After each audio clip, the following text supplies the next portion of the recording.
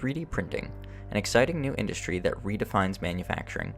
This technology has come a long way and it has surely earned its place in modern manufacturing methods. But how versatile could one 3D printer possibly be? The Creality Ender 3 V2 is an affordable FDM printer. It uses plastic filament and melts it into any desired shape. However, it has no possible way to print with other materials. A group of engineering students at Rutgers University developed a modification which pushes the boundaries of what 3D printers are used for with the use of advanced material known as Elastomeric composites, a type of soft materials enhanced with nanoparticles which improve the strength, electroconductivity, and thermoconductivities for various applications.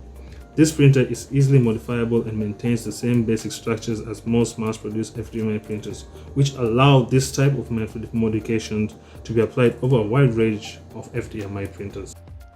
The peristaltic pump system was specifically designed to extrude material through the existing printer nozzle at a constant mass flow rate. To make cleanups and clogs manageable, the pump housing is easily accessible for maintenance and part replacement. A stepper motor, controlled by an Arduino unit, modulates the flow rate depending on the printing speed. The challenge of printing with a curable material is managing the material's hardness throughout the print. To account for this, a storage tank with automatic mixing capabilities is included in the design to keep the uncured material in motion, preventing it from hardening prematurely. It is only a matter of time before advanced materials like elastomeric composites make their debut in the mainstream manufacturing industry.